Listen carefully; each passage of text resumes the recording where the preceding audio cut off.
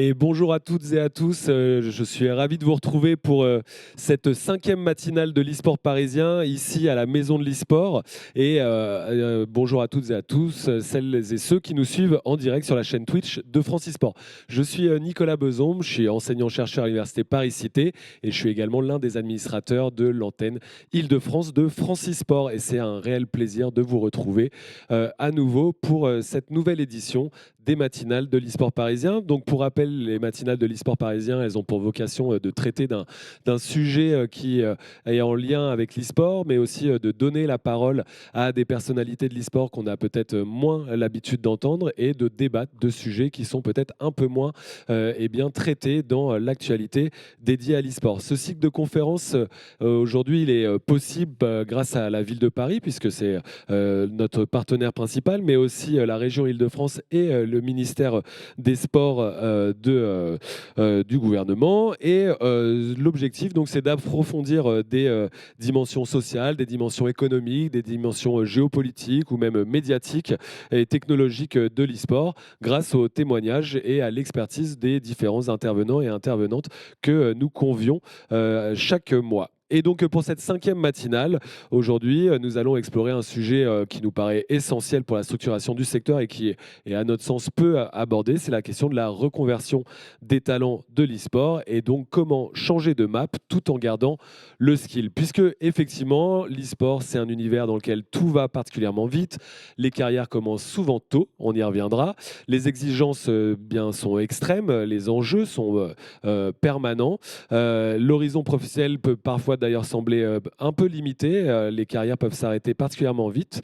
Mais les trajectoires de nos intervenants que je vous présenterai dans quelques instants montrent finalement exactement l'inverse, à savoir que bien l'e-sport, ça peut être un formidable terrain aussi d'apprentissage dans lesquels les compétences développées, à la fois dans la compétition mais aussi dans l'entraînement, que ce soit la gestion du stress, la communication, la stratégie, le leadership ou même encore la créativité, peuvent devenir de véritables atouts dans différents secteurs. Mais cette transition, elle est parfois pas évidente. La question, c'est comment est-ce qu'on se prépare dans cette après-carrière quand on a passé des années à vivre au rythme des tournois? Comment est-ce qu'on transforme son identité de joueur en une identité professionnelle qui peut parfois être beaucoup plus large? Et puis, comment est-ce que l'on valorise ces compétences qui ne rentrent pas toujours dans des cases plus traditionnelles du marché du travail? Et puis, qui accompagne ces transitions et comment est-ce qu'elles se passent? Quels sont les obstacles et quels sont les leviers pour y parvenir? Et pour explorer ces différentes questions, j'ai la chance aujourd'hui d'accueillir trois personnalités du monde de l'e-sport qui, en toute transparence, sont des personnalités que j'ai toujours admirées, donc je suis hyper ravi de les accueillir. Donc avec tout d'abord Marion, Marion Lopez, qui est une ancienne joueuse de très haut niveau de Counter-Strike, qui est aujourd'hui account director chez Avasplay, qui est également passée par Oura Group. Bonjour Marion. Bonjour. Ensuite, à ta gauche, il y a Bora, Yellow Star, Kim, donc Yellow qu'on ne présente pas, enfin qu'on ne présente plus, mais donc figure emblématique de League of Legends, ancien joueur passé par Fnatic et TSM notamment, puis coach pour le PSG eSport, pour LDL COL, et qui a jusqu'à encore peu de temps été agent de joueur chez Prodigy Agency et qui aujourd'hui a un nouveau projet sur lequel on reviendra un tout petit peu après. Et puis à ta gauche, Léo Alfama Robin. Léo qui est donc aussi un ancien joueur, mais cette fois-ci sur Rainbow Six, notamment passé par Fnatic pendant de nombreuses années, qui est ensuite est devenu commentateur. On a pu encore te voir sur le Six Invitational la semaine dernière à l'Adidas Arena et qui est passé par Build a Rocket en tant que créatif stratégiste, mais aussi dans le marketing chez Sport5 et qui parallèlement a une activité indépendante. On y reviendra aussi. Et donc, bonjour à Bora, bonjour Léo, et merci Bonjour. d'être avec nous aussi. Salut Nico. Salut. Donc on va avoir une petite heure pour traiter de ces différents sujets.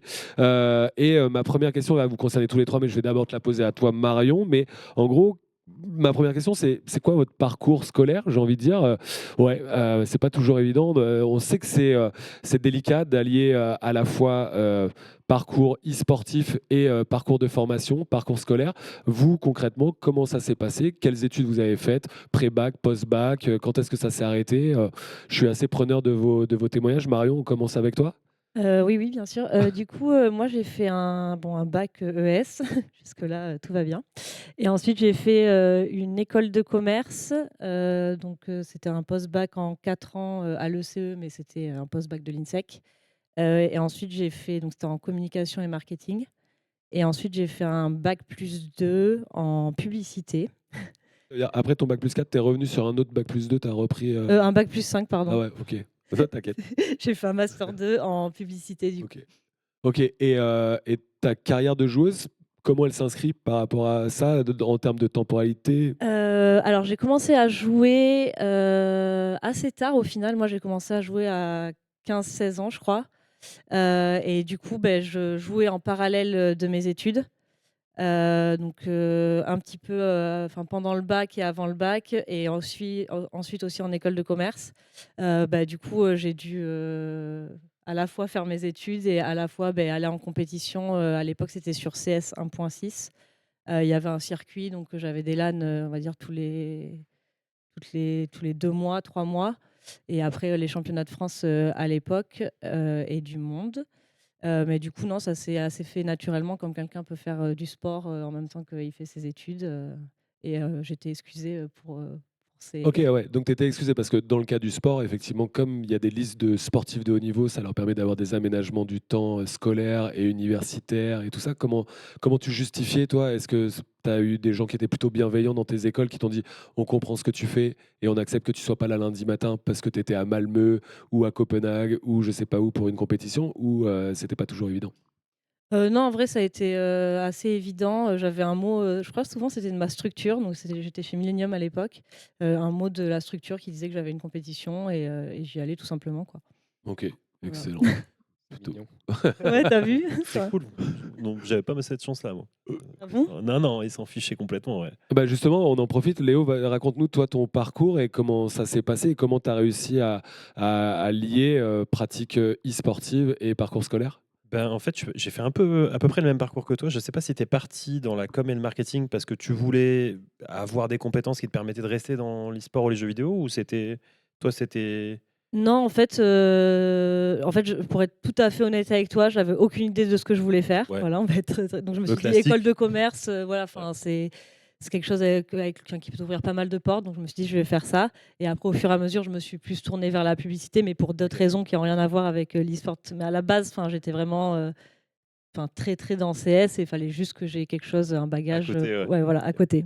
Donc j'ai pris le truc qui me semblait le mieux sur le moment. Ok. Bah, en fait, je suis parti à peu près dans la même direction parce que j'ai fait aussi école de commerce et pour le coup, c'était com et marketing. Et l'idée pour moi, c'était juste, je voulais trouver une fonction support qui me permettait de bosser dans l'e-sport. J'avais envie de trouver un truc où je me dis, de toute façon, il faut que tu sois un spécialiste dans un domaine et tu arriveras, parce que l'e-sport va se professionnaliser, à trouver un taf, que ce soit en comptabilité, que ce soit en com, en marketing, peu importe. Mais si tu te formes pour bosser dans ce milieu-là, parce que je voulais vraiment bosser dans ce milieu-là, peu importe ce que ça coûtait, mais j'avais le rêve d'être joueur pro à côté. Du coup, je m'entraînais tous les soirs à côté de ça. Et en plus, j'ai eu de la chance, c'est que j'avais un an d'avance, donc il fallait avoir 18 ans pour être joueur pro sur R6, donc j'ai pu faire une année d'études de toute façon, puisque j'avais pas le droit d'être joueur pro. Donc en fait, je me suis servi de cette année-là pour m'entraîner tous les soirs, mobiliser un petit peu les fondamentaux de la com et du marketing, et puis faire mes premiers stages aussi en entreprise en tant que chargé de com.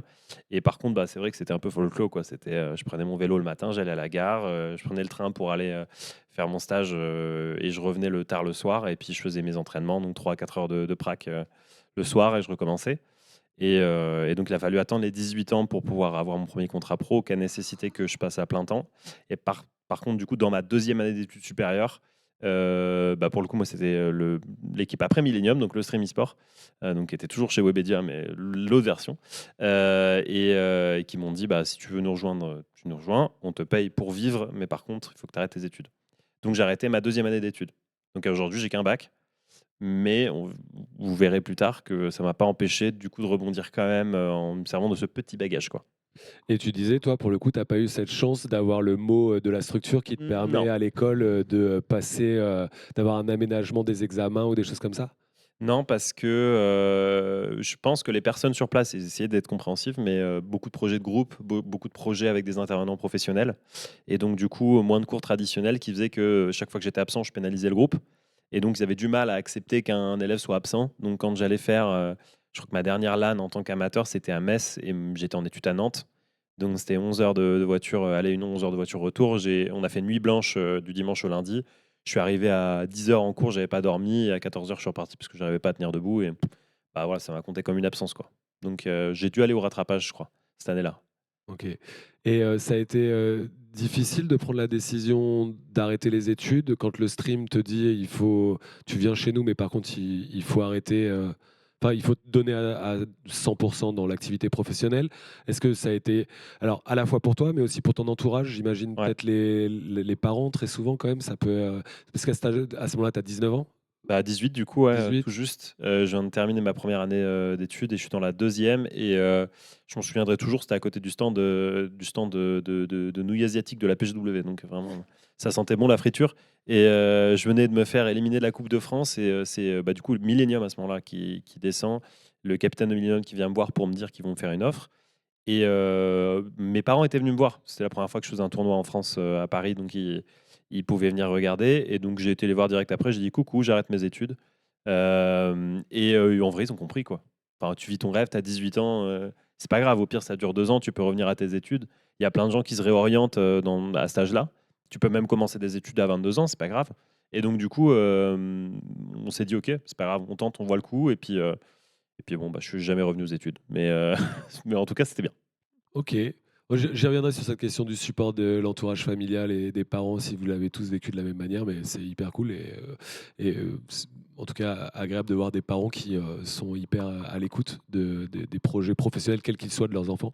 Bora, même question, c'est quoi toi ton parcours scolaire, à la fois qu'est-ce que tu as fait comme études et puis à quel moment tu as arrêté, est-ce que ça a été facile d'arrêter, comment ta famille l'a vécu ouais, vas-y, je suis preneur. Alors déjà, je crois que le cursus scolaire a changé de nos jours. On n'a plus des filiales ES, S, etc. C'est plus le cas, mais je pense que ça peut encore nous parler pour la plupart. Mais donc là, on a eu ES. Toi, tu as fait un bac quoi, Léo? Un bac S. Bac ouais. S. Informatique, je voulais les jeux vidéo, donc je me Ouais, suis dit. ok.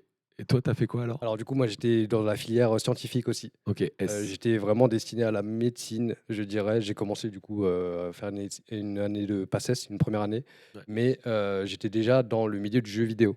Donc je jouais déjà à des jeux Warcraft, Starcraft, donc des jeux relativement élitistes, mais uniquement pour le loisir. Mais j'avais réussi à atteindre un niveau champion de France du coup sur Warcraft.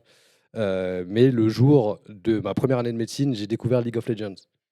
Donc comment vous dire, ça n'a pas très bien fonctionné. Je faisais quand même voilà, le strict minimum, mais forcément c'est un concours, donc les personnes qui vont travailler le plus et forcément qui s'investissent le plus vont être plus performantes.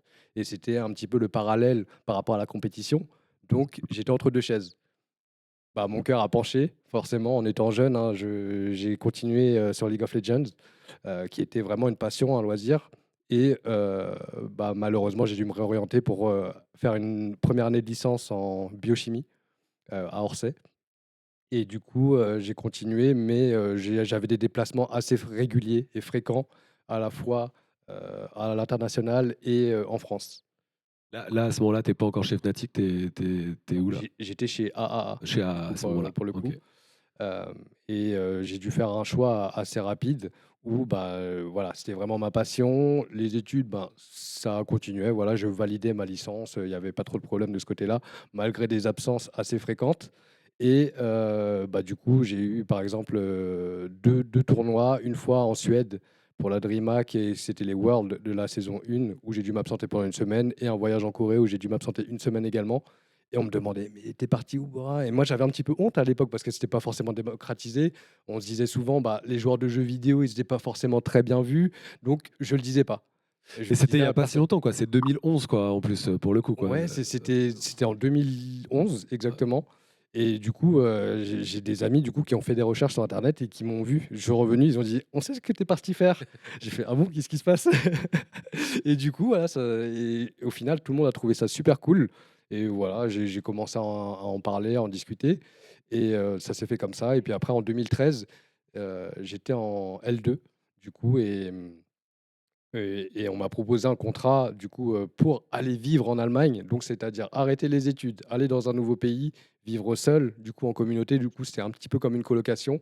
Et j'ai tenté. Je me suis dit, écoutez, je vais prendre un an pour voir comment ça se passe. Si ça ne fonctionne pas, je reviens, je continue mes études. Et si ça fonctionne, je continue sur cette voie. Ok. Donc ça, c'est le moment où tu pars à Berlin. C'était à Cologne à l'époque. À Cologne, ouais. Exactement. Tes parents, ton entourage familial, comment est-ce qu'ils prennent ça? C'était très risqué. À l'époque, on avait beaucoup moins de structuration sur le parcours e-sport. On avançait vraiment à l'aveugle. Pour nous, c'était carrément un loisir. C'était pas concevable pour nous d'en vivre. Il n'y avait pas forcément de revenus réguliers. Il n'y avait pas de structuration. Et du coup, Riot Games, donc l'éditeur de jeux de League of Legends, a fait un très gros travail sur la professionnalisation de l'e-sport et sur le circuit aussi qui a été mis en place, même si à l'heure d'aujourd'hui, il y a des choses qui sont discutables, mais ils ont été quand même assez précurseurs. Et du coup, j'ai eu un contrat d'1 an, donc c'était relativement précaire si on se projette vraiment sur une carrière assez longue. Mais au final, j'ai pris le pari et le risque parce que j'étais quand même émerveillé par ce qui m'arrivait. Du coup, j'ai décidé de prendre cette opportunité, de la saisir, et j'ai continué. Me voilà toujours dans le circuit de l'e-sport, même si aujourd'hui, c'est plus généraliste. Ouais, les parents, comment ils l'ont pris? Comment ils l'ont pris? Très risqué. Très Ok. risqué, surtout qu'à la base, du coup, j'étais destiné à la médecine, on va dire. C'était un gros choc pour eux. Mais du coup, ils en ont entendu parler à l'international. Du coup, j'avais des cousins qui étaient aux États-Unis, qui en ont parlé. Du coup, ils se sont rendus compte en fait de l'impact que ça pouvait avoir et de l'aura, en gros. Mais du coup, ils m'ont laissé cette opportunité, cette chance de tenter pendant 1 an. Et si ça ne fonctionnait pas, je pouvais toujours revenir pour faire mes études. Et du coup, en fait, le fait de reconnaître que c'était quelque chose qui prenait, on va dire, en popularité, et forcément, je pouvais en vivre aussi à cette époque-là. Ils se sont même rendus à des événements pour me voir à Madrid, en Suède, enfin en Espagne, en Suède, etc. Ils ont vu que c'était quelque chose de structuré et de régulier. Et du coup, ils sont devenus mes premiers supporters, en quelque sorte. Bien sûr, c'est cool. Toi, Marion, même chose sur la question de tes parents, ils ont été plutôt des soutiens, surtout que on peut potentiellement se demander si le fait d'être une fille et de jouer aux jeux vidéo, si ça peut être plus difficilement perçu dans l'entourage familial. Euh, Est-ce que c'est un peu comme Bora, il y a eu un deal qui a été fait, tu as le droit d'essayer 1 an, mais si ça ne fonctionne pas, tu retournes dans tes études 1 an après ou alors toi, tu t'as jamais vraiment arrêté, mais c'était quoi le deal avec les parents? En fait, la scène féminine, c'est beaucoup moins vite développé, on va dire, que leur scène à eux. Donc moi, du coup, au moment où je jouais, en vrai, c'est à la même époque, hein, j'ai commencé mes études mon bac plus 4 en 2010, donc c'est à peu près pareil. En fait, nous, on n'avait pas de contrat, il n'y avait pas de professionnalisation sur la scène féminine. Du coup, en fait, on était obligé de faire les deux. Et ça a toujours été le deal un peu avec mes parents. C'est OK, ils ont compris que c'était une passion. Mon père, pareil, a été un de mes premiers supporters. Il est venu me voir à la Coupe du Monde. Enfin, voilà, il m'a vraiment supporté. Ma mère aussi, mais pas dans les, pas autant que mon père. Désolée, maman. Euh, et du coup, j'ai oublié ce que je voulais dire. Je sais pas, le soutien, il y a eu un Ah oui, pardon. deal. Du coup, non, ouais, le deal, c'était, en fait, tu peux continuer tant que tu continues tes études et que, classique. Ils avaient fixé genre au moins la licence, au moins le master. Juste, tu continues tes études et tu continues. vas le plus loin possible. Et du coup, j'ai toujours fait les deux. J'ai arrêté à un moment au milieu de mes études de jouer à CS parce que je suis partie en Erasmus. Et je pensais que j'allais arrêter toute ma vie et que j'allais continuer donc mes études et ensuite faire ma carrière, peu importe laquelle. Et au final, je suis revenue à une Coupe de France voir des amis jouer et j'ai dit OK, en fait, il faut que je reprenne CS. Donc voilà. Donc ça a été, j'ai commencé, j'ai joué, j'ai arrêté pendant 1 an et je me suis remis à CS après pendant un bon bout de temps quand même. Ok. Donc ça a toujours accompagné mes études, mais aussi après mon travail jusqu'à un moment où j'ai dû faire un choix parce que pour le coup, la scène a commencé à se développer, pas tant au niveau financier mais surtout au niveau du nombre de tournois et de circuits. Et en fait, je passais toutes mes vacances à aller en tournoi. Et du coup, entre travailler, ensuite rentrer le soir, faire les pracs et ensuite aller en tournoi pendant ces vacances, au bout d'un moment, j'avais plus l'énergie de faire les deux. Donc voilà, j'ai fait le choix de prendre 2 ans pour jouer pleinement à Counter-Strike, mais on en parlera peut-être après. Ouais. Justement, en fait, là, c'est le moment où vos carrières débutent, là, ce que vous avez évoqué. Donc, vous avez 3 parcours qui sont certes différents, mais un peu complémentaires. Soit, comme c'est le cas pour toi, Marion, vous continuez les études en parallèle, soit vous essayez de les continuer, vous passez des deals, et puis à un moment, il faut stopper. Mais il y a un moment aussi très important. Donc, vous avez eu des carrières fantastiques, tous les 3. Certains ont gagné des titres plus que d'autres, mais quoi qu'il en soit, vous avez marqué la scène française sur vos jeux, vraiment tous les 3. Il y a ce moment quand même hyper important où vous prenez la décision d'arrêter votre carrière. On n'en parle jamais vraiment de ce moment-là. Euh, c'est pas évident de vous dire, là tu as commencé à l'évoquer Marion, mais vous dire, ok, je me donne 2 ans et puis il y a un moment où je vais arrêter. Comment ça se passe? À quel moment vous prenez cette décision? Pourquoi? Est-ce que ça a été long à prendre comme décision? Est-ce que ça a été sur un mûrement réfléchi? Est-ce qu'il y a votre entourage qui vous accompagne par rapport à ça? Est-ce que c'est une décision strictement personnelle? Est-ce qu'elle se fait en plusieurs étapes? Peut-être Marion, vu que tu avais commencé à l'évoquer, ce moment où tu t'es dit, là, je vais peut-être aller bosser dans autre chose. À quel moment tu t'es dit, là, c'est fini le counter, en tout cas en tant que joueuse, en cherchant la compète et à performer au plus haut niveau, là, je le mets derrière moi. Je pense qu'en tant que fille, en tout cas sur Counter-Strike, en vrai, l'après, tu le prépares pendant, parce que tu es forcé de te rendre compte que la réalité économique est un peu plus, est dure, quoi. Il y en a pas. Ouais. C'est un milieu hyper précaire pour les femmes. En tout cas, à ton époque, et ça allait encore. Ça allait encore aujourd'hui. Énormément, mais à ton époque, ça l'était encore plus, quoi. Et du coup, je pense que j'ai toujours un peu préparé l'après. Et c'est ce que je disais. Donc, j'étais dans une agence de pub au début de ma carrière dans la pub, on va dire ça comme ça. Et je jouais en parallèle donc à CS, c'est ce que je disais. Donc je passais mes vacances en tournoi, je posais donc toutes mes vacances pour des tournois. Et donc c'est là où je me suis dit déjà, je vais me donner 2 ans juste pour jouer à CS. Et voir comment ça évolue parce que c'était quand même en train d'évoluer à ce moment-là. On commençait à avoir certaines équipes qui commençaient à prendre des équipes de filles, certaines marques qui commençaient à s'y intéresser, donc avoir un peu plus de sponsors, un peu plus une scène et du coup potentiellement une rémunération en tant que joueuse pro. Donc j'ai arrêté pendant 2 ans et en fait je pense que ce qui m'a fait arrêter c'est de me rendre compte que la réalité économique était toujours pas là. Et surtout pour nous, je pense il y avait quand même des sponsors pour certaines équipes, mais on était une des seules équipes où on n'arrivait pas à être à plein temps. En France ou à l'international? Alors j'avais une équipe européenne Ouais. avec 3 Françaises dedans, enfin 2 et après 3 Françaises dedans et 2 Européennes. Il y avait quelques sponsors à l'époque du côté de Team Secret, mais nous, on n'a jamais réussi vraiment à avoir une équipe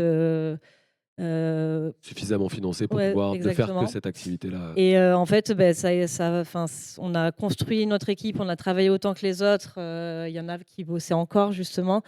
Et j'ai mis énormément d'énergie dedans. Et pour finalement que des équipes viennent chercher des joueuses dans mon équipe, parce que du coup, il y a des moyens de l'autre côté. Donc forcément, les joueuses y vont. Et en fait, tu passes des années à construire des choses, à être top 3, 4 mondes et à voir qu'il n'y a pas de réalité économique pour toi. Et au bout d'un moment, en fait, c'est arrivé assez directement où je me suis dit en fait là je peux plus continuer même si c'est ma passion à mettre autant d'énergie et à voir qu'à chaque fois que tu es presque arrivé au but en fait tu n'y arrives pas et je me suis dit bon va falloir peut-être commencer à construire une vie autre on va Ouais. dire et du coup j'ai arrêté un peu du jour au lendemain et après c'est là où j'ai été du coup chez Oura. Donc j'avais déjà un background moi dans la publicité et Oura c'était une agence de publicité média et aussi un studio mais spécialisé dans l'e-sport et le gaming, donc qui aidait les marques à vraiment venir dans cet écosystème-là, que ce soit des marques endémiques ou non endémiques.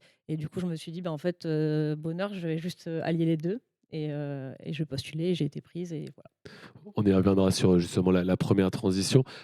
Donc, toi, c'est vraiment un obstacle économique, une sorte de ras-le-bol général de voir que en fait, tu n'arrives pas à payer tes factures malgré toutes les performances que tu peux avoir. Tu vois tes joueuses, les coéquipières avec qui tu as construit des projets qui finissent par être démarchés par d'autres clubs, donc obligé de reconstruire régulièrement. Et donc, il y a un moment où tu fais, en fait, je peux plus, quoi. J'y mets trop d'énergie pour ce que ça me rapporte. Exactement. Ok. Même si ça me peine de le dire, Ouais. au bout d'un moment, c'est devenu, c'était limite un peu un burn-out de tout ça. Et ça a été compliqué à prendre, on va dire, comme décision. Mais c'est vrai que le fait qu'il n'y ait pas de structure derrière, et c'est au bout d'un moment, ça a été compliqué. Bora, même question. Alors, pas le même parcours forcément parce que scène beaucoup plus professionnalisée, la scène League of Legends. Donc, toi, tu as connu la création de l'ancêtre du LEC qui était les LCS Europe et ainsi de suite. Puis, tu as vu tout ça se professionnaliser. Tu as même eu l'occasion d'aller donc aux États-Unis avec les LCS américains. Mais à quel moment tu te dis, c'est derrière moi, enfin, ou en tout cas, j'arrive au bout du truc. Et pourquoi t'en arrives à prendre cette décision? Ouais, du coup, pour revenir sur le point de Marion d'abord, Ouais. je trouve que déjà, elle a contribué au développement de l'e-sport D'accord. féminin, qui aujourd'hui possède leur propre ligue, à la fois sur Valorant ou sur League of Legends, etc. Donc, certaines joueuses, du coup, peuvent en vivre, justement, et ont ce circuit qui a été créé pour pouvoir vivre de leur passion. Moi, de mon côté, il faut savoir qu'en étant, du coup, dans la compétition relativement jeune, sur un jeu où il y a énormément de joueurs, on a un niveau du coup d'exigence et des standards qui est relativement élevé.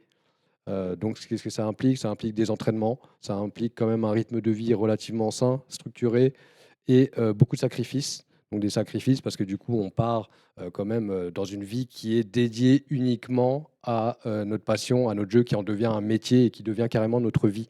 Parce que du coup, si on veut vraiment être performant, on n'a pas forcément cette fatigue physique qui va nous permettre de dire stop justement aux entraînements, à la performance. Et du coup, en fait, on atteint un niveau d'excellence qui est tellement élevé parce qu'on veut performer. On devient, par exemple, des figures publiques, des modèles. Si on performe, on va avoir forcément des félicitations. Mais du coup, si on ne performe pas, on va décevoir quand même pas mal de supporters, on va recevoir des critiques. Donc, c'est vraiment un milieu qui est exposé, où on n'est pas forcément formé.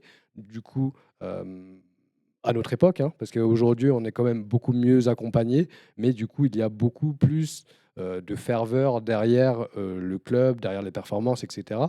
Mais nous, on a quand même vécu quelque chose d'extraordinaire.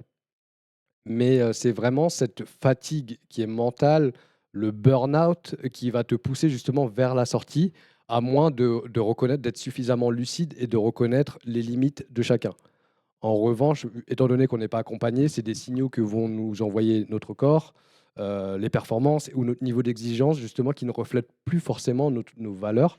Et c'est un petit peu moi ce qui m'a sorti. Parce que j'ai commencé l'e-sport qui était encore très amateur au début. Donc j'ai commencé à l'âge de. Je crois que j'ai commencé les jeux en ligne à 6 ans sur StarCraft. Je suis devenu professionnel à l'âge de 20 ans. Et j'ai arrêté ma carrière vers mes 26 ans. Vers mes 26 ans, où je me suis dit, OK, j'ai remporté des trophées. Donc j'étais 5 fois champion d'Europe, je crois. J'ai fait 2 demi-finales mondiales, une finale mondiale. Et je remarquais qu'en gros, mes performances en fait, n'étaient pas à la hauteur du niveau que je souhaitais être, où je voulais être. Et c'est à partir de ce moment-là que je me suis dit, OK, donc il y a ce point-là qui n'est pas forcément bon. Le deuxième, c'est qu'est-ce que je vais faire après ma carrière. Il faut que je continue de développer. J'ai écrit un livre, par exemple, pour que je puisse avoir des traces, pour pouvoir transmettre en gros des connaissances. J'ai toujours été dans dans cette volonté de transmission à la jeunesse, en fait, ou aux futurs joueurs. Et surtout de les accompagner pour prévenir des risques, pour qu'ils puissent justement avoir un soutien. Et dans ce cadre, on a par exemple créé la Tony Parker Academy pour accompagner des joueurs qui souhaitaient se lancer dans l'e-sport, avec un cursus scolaire où justement où on accompagnait des jeunes joueurs, mais en même temps les parents, où on ne voulait pas on ne voulait pas que les jeunes se lancent dans une carrière e-sport sans avoir un bagage derrière. Donc nous, on voulait vraiment sécuriser ce backup, et forcément, on, on recommande aux personnes souhaitant se lancer dans l'e-sport de continuer leurs études pour, justement, si ça ne fonctionne pas, parce qu'en termes d'échantillons, on doit avoir combien de joueurs professionnels sur League of Legends, par exemple, à l'heure actuelle? On doit en avoir peut-être 200 sur 60 millions de joueurs ou plus. Donc c'est un échantillon qui est vraiment infime. Et du coup, nous, derrière, on doit vraiment sensibiliser les joueurs qu'une carrière peut être très courte ou elle peut être très longue, hein. Faker, du coup, mais c'est c'est un joueur qui est hors norme. Mais globalement, c'est vraiment cette fatigue, cette motivation et ce niveau d'exigence qui vont nous pousser vers la sortie. Tu l'as senti d'un coup, il y a eu un coup d'arrêt, une performance, je sais pas, un split où tu t'es dit, ouais, c'était le split de trop là, franchement, j'y suis allé trop loin, ou ça a été plutôt continu, c'est une lassitude qui s'est créée au fur et à mesure des différents splits après ton départ aux États-Unis, par exemple, c'est quoi qui déclenche ça? Alors, la lassitude dans la compétition n'est pas réellement possible, du moins sur le long terme. La lassitude va t'empêcher d'évoluer. Donc, tu vas avoir une baisse de motivation, une baisse de performance. Et du coup, quand tu as connu vraiment un niveau de performance qui est relativement haut, la chute va être vertigineuse. Ce qui m'a interpellé, c'est que je venais de passer ma meilleure année en 2015, du coup, tant individuellement que collectivement. C'est le split où vous Ouais. êtes invaincu. Invaincu. J'étais élu meilleur joueur en Europe. On a fait une demi-finale mondiale et j'ai senti un burn-out arriver. Donc on était en demi-finale mondiale et plus personne dans l'équipe ne voulait jouer. Plus personne. Et j'ai senti justement ce sentiment m'envahir. Et par la suite, c'est suite à cet événement-là où déjà on s'est ramassé. En gros, on a perdu misérablement. Et en plus de cela, après, j'ai décidé de partir aux États-Unis, mais parce que j'avais besoin de renouveau, un sentiment de changement. Et j'ai reconnu après coup que c'était une très grosse erreur parce que j'étais en burn-out. Donc, au lieu de faire une pause, j'ai décidé de changer. Et forcément, les performances derrière n'étaient pas à la hauteur de mes espérances. Et c'est pour cette raison que je n'ai pas performé comme je le voulais. Mais on a quand même fait deuxième, mais je n'étais vraiment pas content de mes performances. Ok. Merci beaucoup, c'est hyper riche comme témoignage. Léo, je me tourne vers toi, même question, à quel moment toi tu sens que c'est le moment de s'arrêter? En fait, c'est marrant parce qu'il y a des échos dans tout ce que vous dites. C'est exactement les mêmes raisons. On parle, pour tous les joueurs pro à qui j'ai parlé, c'est la même chose. Déjà, le truc que tu disais, Marion, c'est l'investissement énergie que tu passes et temps, les sacrifices que tu fais versus le retour sur investissement. Et le premier truc, c'est quand ça devient négatif, tu commences à te poser la question. Et le deuxième truc que les gens captent pas forcément quand ils deviennent joueurs pro, c'est que tu perds beaucoup plus souvent que tu gagnes. Donc en fait, de toute façon, tu vas sur un tournoi, vous êtes 20, si tu es sur Street Fighter, vous êtes peut-être 100, il n'y a qu'un gagnant à la fin. Tu vois. Et en fait, c'est ça le problème. Oui, pour rappeler, la compétition, il y a un vainqueur et que des perdants. C'est ça la C'est compétition. ça tout le temps. On ne se souviendra que du champion ou de la championne et tous les autres n'auront fait que perdre, quoi. Donc, Et tu peux être joueur pro des années et jamais rien gagner. Tu peux être joueur pro, tu es dans la ligue professionnelle, tu es en Europe, peut-être que tu arrives de temps en temps à te qualifier sur un major, un événement international, tu arrives à être dans le top 16 monde, aller le top 8 monde. C'est bien, tu vis ta passion, mais tu gagnes rien. Et en fait, moi, ça a été un ensemble de choses. Les 2 premières années de ma carrière, c'est là où j'ai gagné le plus de choses, le plus de titres. Et en fait, donc 18-19 ans, je fais tous les événements mondiaux, je fais mes premiers Worlds. On est tous les 2 mois ou 3 mois sur d'autres événements, parce qu'on a la chance sur R6 d'avoir une ligue qui est super structurée avec plein d'événements internationaux. Premier titre français, le deuxième qui vient après, et des titres européens aussi. Donc génial. Et en fait, au terme de ça, 3e année, je pars aux États-Unis. Première fois qu'en plus j'endosse la responsabilité de monter un projet. Je le fais en plus à 20 ans aux États-Unis en plein Covid, au moment où la pandémie arrive. C'est aussi Biden versus Trump, c'est aussi Black Lives Matter, c'est aussi des bouleversements entiers dans la société américaine. Donc c'est une année très spéciale pour être là-bas. Et la structure fait faillite à cause du Covid. Et donc je me retrouve à devoir lead Fnatic, mais cette fois-ci pas en Europe, je vais en Asie. Donc je me retrouve à aller vivre à Taïwan, en Thaïlande. Et donc il faut savoir à ce moment-là que mes semaines, elles sont... Donc chaque jour est codé. Un jour A, ça va être 2 entraînements collectifs plus un entraînement individuel. Un jour B, ça va être un seul entraînement collectif mais plus de théorie. Un jour C, ça va être un jour qui est proche du jour de repos. Donc voilà, on suit vraiment des rythmes d'équipes de haute performance qui codent leur jour pour gérer le niveau de fatigue, le niveau de stress et le niveau de performance de tout le monde. Et ça, c'est mesuré chaque jour et chaque semaine. Donc au moment où j'arrive chez Fnatic, là, c'est beaucoup plus professionnel. On est en 2021. On commence à arriver dans un e-sport qui est très bien encadré. Sauf que par contre, en termes de liberté de vie, plus de loisirs, tout le sacrifice. Ma copine, elle est encore en France. Ma famille, je la vois plus depuis 2 ans. Donc en fait, tous les sacrifices que je fais là, je monte plus sur scène, je gagne plus de titres. Donc en fait, ça commence à devenir dur. Ça fait 2 ans que je sacrifie tout. Paradoxalement, c'est mon meilleur niveau individuel et pour autant, les titres ne viennent pas. Et donc, quand je reviens en France sur la 5e année de joueur pro, c'est simple pour moi. C'est soit je retrouve un projet top européen et je peux rejouer des titres. Sinon, moi, ça ne m'intéresse pas de continuer à sacrifier autant de temps de ma vie là-dedans, même si j'aurais pu, je pense, continuer 2-3 ans à gagner ma vie avec ce jeu-là. Ça ne m'intéressait pas si ce n'était pas pour gagner des choses. Je ne m'investis pas 6 à 7 jours semaine avec les horaires qu'on fait pour pas gagner des trucs. Donc en fait, à ce moment-là, je me dis tout simplement, je fais des tests. Je me souviens de faire des tests avec Vitality. Je fais des tests à l'époque. J'ai des prises de contact avec G2 ou avec d'autres orgs. Ça marche pas. Les trials se passent pas bien. En plus, je suis pas en confiance. Et surtout, je suis plus du tout le joueur. Je suis plus du tout perçu comme le jeune joueur qui était prometteur il y a 2 ans.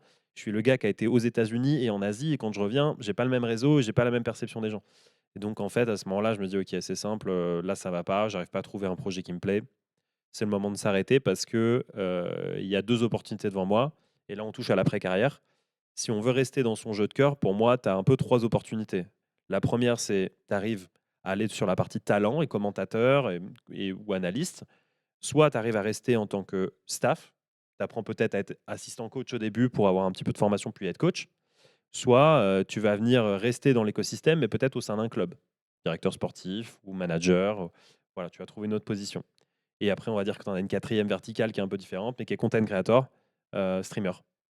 Si tu Oui, veux, ouais. non, pardon, j'allais dire, et puis tu as ceux qui sortent carrément du milieu de l'e-sport. C'est ça, mais Ouais. c'est vraiment si tu veux rester sur ton jeu de cœur et que tu veux essayer de bénéficier de tout ce que tu as accompli dans ce jeu-là, tu n'as pas 36 moyens. Tu as en gros 3-4 opportunités. Sauf que si tu n'as pas la communauté pour créateur de contenu, c'est mort. Si jamais il n'y a pas de place dans le club, c'est foutu, tu restes pas. Si jamais personne veut toi en tant que staff parce que tu es trop jeune, typiquement, moi j'ai arrêté, j'avais 24 ans. Non, moins que ça, j'avais 22 ans. Donc 22 ans, qui a envie d'avoir un coach qui a 22 ans, quoi. Tu connais pas la vie, donc ça sert à rien. Donc ça, c'est éliminé. Donc à ce moment-là, il ne reste pas 36 solutions. Et en fait, vient l'idée d'envoyer 2-3 messages et de voir si je ne peux pas devenir commentateur, parce qu'à ce moment-là, il n'y a aucun ancien joueur pro qui est commentateur. Je suis sur une scène qui a 6 ans. J'ai fait 4 ans au top niveau. Pas de joueur pro dans le cast. Ah, il y a peut-être un truc à faire. Et du coup, je me dis, je précipite ma retraite, parce que je sens que si je fais la transition maintenant, je vais avoir une place. Alors que si j'attends quelques années, ce sera foutu. Il y aura déjà d'autres joueurs pro à ma place. C'est le cas. Aujourd'hui, il y a d'autres joueurs pro qui commentent. Tu as lancé un peu le mouvement sur R6 ? Alors, j'étais le premier. Donc, nous, on n'est pas commentateur, on est analyste. Donc, c'est le poste. On est là avant les matchs, pendant les pauses et après les matchs pour un peu débriefer ce qui se passe, mais raconter des histoires. Et en gros, au moment où j'y vais, je suis le seul joueur pro. Et depuis l'ensemble, donc on est 4 analystes au top niveau sur MO6. C'est que soit un ancien coach, soit que des anciens pros.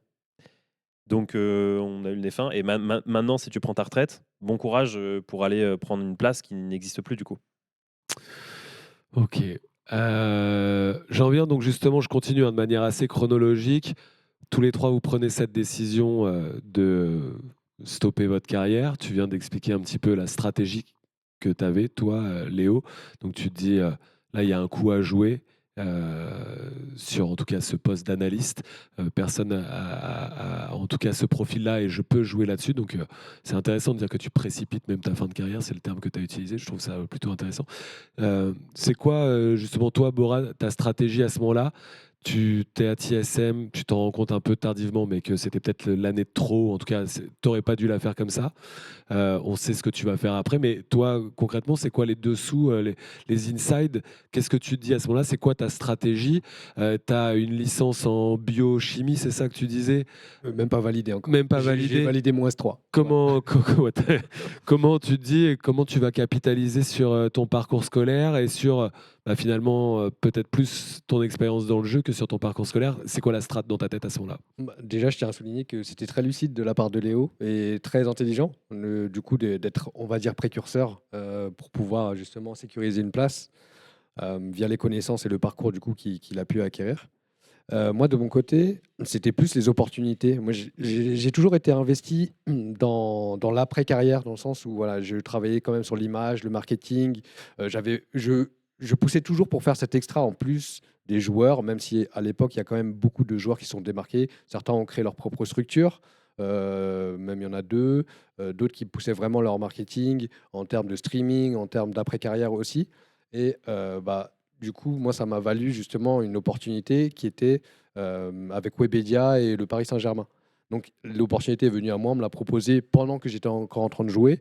Mais voilà, je travaillais avec une agence et ils sentaient que j'étais vraiment à bout de souffle et au bout de la course.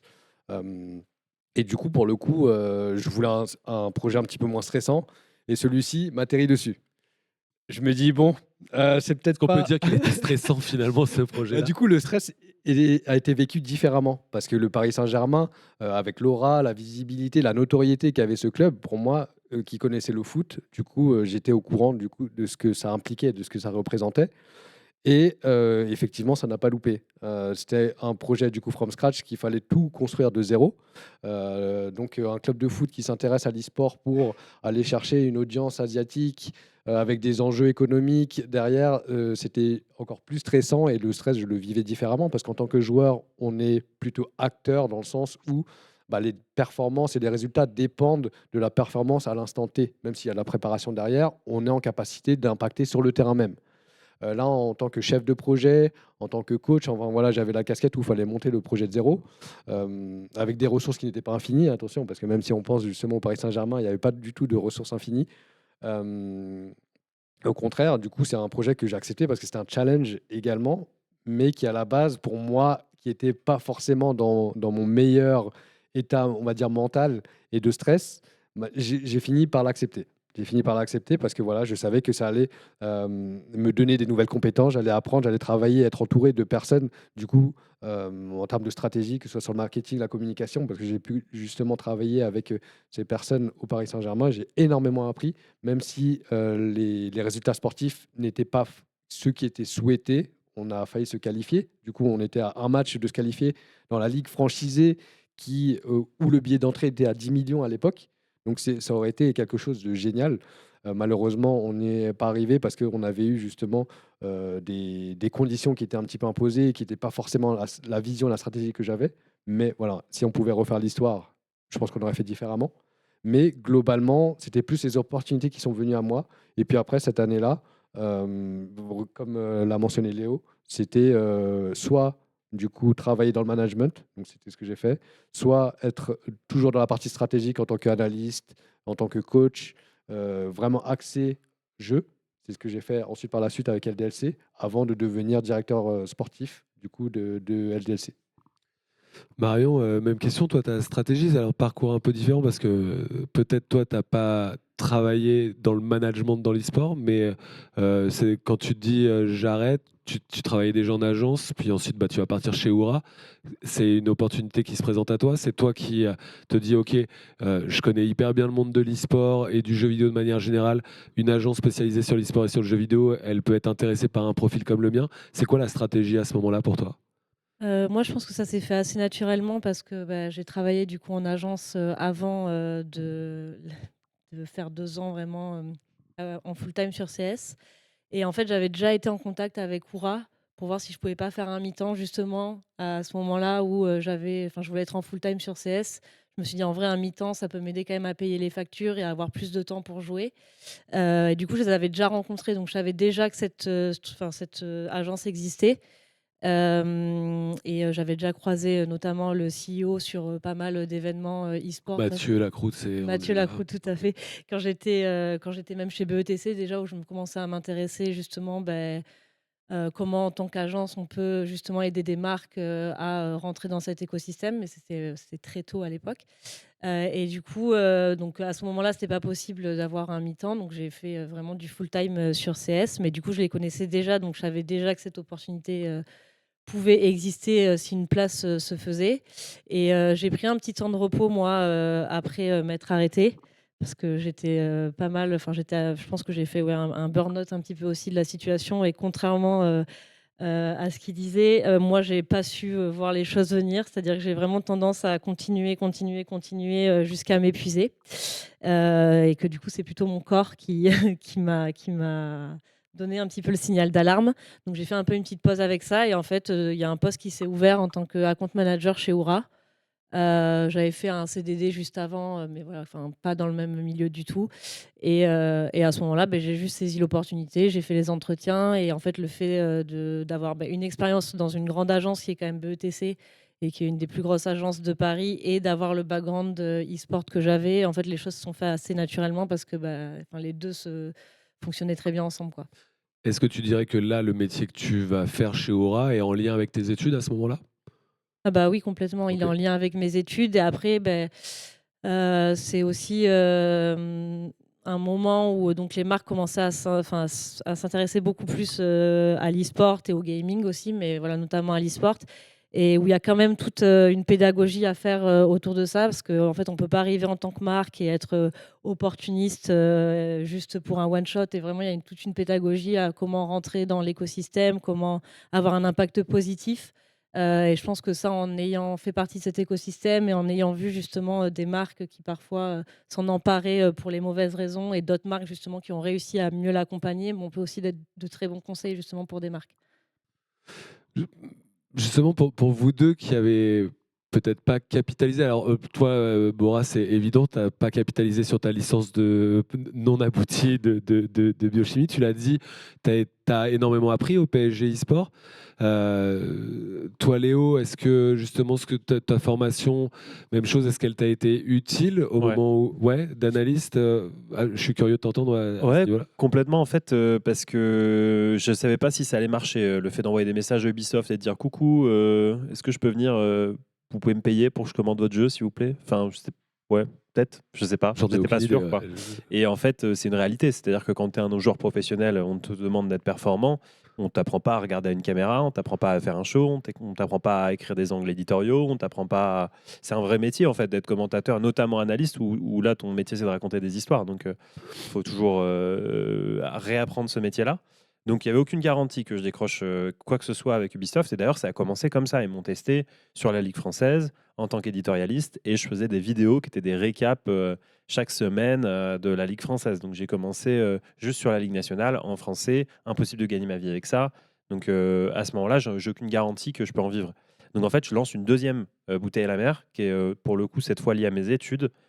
Puisque j'avais déjà été chargé de com quand j'étais en stage et que j'avais vraiment les fondamentaux des fondamentaux, parce qu'une année, c'est pas dingue, mais de la com et du marketing, j'ai juste utilisé le réseau que j'avais au sein de Rainbow Six auprès de personnes dont je savais qui travaillaient pour des agences. En l'occurrence, une qui s'appelle Sport5 et qui avait une branche e-sport et gaming et qui cherchait un chef de projet marketing pour faire la recommandation stratégique auprès des marques. En gros, c'est un grand nom, mais ça veut juste dire il y a une marque qui souhaite être cool auprès des jeunes. Qu'est-ce qu'on va leur proposer? Donc, comment est-ce que donc toute la pédagogie dont tu parlais, hein, comment est-ce qu'on va venir tenir des workshops auprès des annonceurs, leur expliquer ce que c'est l'univers, comment faire les choses bien dans le temps, comment ne pas paraître opportuniste justement, et comment faire des choses qui sont à la fois utiles et qui servent leurs enjeux de marque, mais aussi servent l'écosystème, que ce soit en accompagnant des gens, en offrant des vrais produits ou des vrais services dont les gens ont besoin dans cet univers-là. Donc, moi, je trouve le projet sympa. Problème, il n'y a que des bac+5 en face de moi sur les candidatures. Donc en fait, c'est simple. Je connaissais quelqu'un dans l'agence qui a dit donnez une chance à ce CV, même s'il n'a pas de bac+5. J'ai fait tout le process comme tout le monde. Et à la fin, juste, j'étais probablement celui qui avait le plus faim et le plus envie de faire le truc et d'apprendre. Et donc ils m'ont pris, ce qui n'était pas du tout gagné. Pour le coup, je pense que j'aurais pas pu, sur une agence où je connaissais pas quelqu'un qui connaissait le parcours que j'avais eu, j'aurais jamais pu rentrer sans bac+5. Mais parce qu'ils ont décidé de me donner une chance, j'y suis rentré par la petite porte, j'ai appris sur le tas et vraiment entouré de personnes qui étaient là depuis 10 ans, qui savaient ce que c'était ce métier-là, qui avaient bossé en agence de pub dans plein d'agences différentes. C'est eux qui m'ont appris et j'ai évolué pendant 3 ans au sein de cette structure. Et du coup, c'est là que j'ai pu accompagner des comptes de plus en plus grands, faire des événements de plus en plus intéressants. Et donc, du coup, faire les deux, parce qu'en même temps que le métier de commentateur commence à marcher, je commence à rentrer sur cette fois-ci pas juste la Ligue française, mais la Ligue anglophone. Donc tous les gros tournois, je me retrouve dessus. Et cette fois-ci sur le stream principal. Donc c'est pas du tout le même budget et je peux enfin en vivre. Sauf que j'ai 2 métiers du coup à ce moment-là. Et j'ai fait ça pendant 2 ans. Donc 2 ans à poser tous mes congés pour faire toutes les compètes possibles. Et le reste du temps à bosser en agence. Et on a tous bossé en agence. On sait tous ce que c'est le rythme d'une agence. On est tout le temps sollicité par des clients, par des projets. Pour le peu qu'il y ait un peu d'événementiel, c'est nuit et jour. Donc ça a été ultra chargé jusqu'à ce que je décide de mêler les deux entités en une entreprise. J'ai monté mon truc, je suis parti, j'ai quitté le CDI, et voilà. Mais du coup, j'ai vraiment quand même capitalisé sur le peu d'études que j'avais fait. Preuve en est que si tu donnes le bagage au moins un petit peu d'avoir une spécialité ou quelque chose qui peut être utile en tant que fonction support à l'e-sport, tu peux peut-être l'utiliser pour rebondir. Je sais pas si tu te souviens, c'est à ce moment-là qu'on se rencontre au moment où tu candidates chez Sport5 et où on en discute. C'est un peu grâce à toi aussi. Non, parce pas qu'en du fait, tout. Non. à ce moment-là, en fait, on s'est croisés parce que c'est ça. C'est en fait pendant que tu racontais, je fais mais c'est à ce moment-là qu'on s'est rencontrés. C'est complètement à ce moment-là, ouais, en fait, drôle dans la cour de l'Élysée.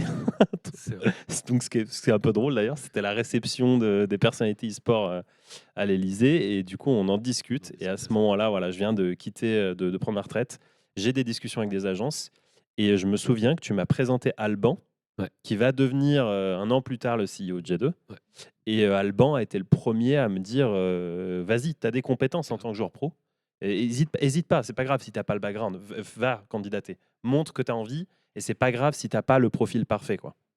Super transition. Justement, là, Marion et toi, vous avez tous les deux des profils où vous avez su, d'une certaine manière, avec plus ou moins de côté explicite, mais su utiliser votre background scolaire ou en tout cas de formation pour justement trouver un métier juste après votre carrière. Toi, Bora, c'est moins le cas. Et ma question, c'est est-ce que tu as l'impression, et c'est une question que je pour tous les trois, mais je commence avec toi, mais parce que c'est peut-être d'autant plus flagrant, mais est-ce que ta carrière de joueur, elle t'a permis d'acquérir des compétences, des savoir-faire, des savoir-être que tu as su à la suite mettre en pratique dans le projet du PSG eSport, dans le projet LDLC OL, et puis on peut commencer à en parler. C'est ensuite, tu as travaillé, donc, comme l'évoquait Léo, en agence chez Prodigy Agency, en tant qu'agent de joueur spécialisé sur League of Legends. Est-ce que ta carrière, elle t'a servi en termes de compétences, de savoir-faire à ce niveau-là? Ouais, en étant joueur professionnel, on apprend énormément de choses sur le terrain, que ce soit la curiosité, que ce soit le sens du détail, le collectif aussi, parce qu'il y a beaucoup de travail d'équipe. Et en fait, on apprend énormément, on est exposé à beaucoup d'informations, on apprend énormément de choses, mais on ne connaît pas forcément les noms techniques qu'on va poser justement sur toutes ces compétences.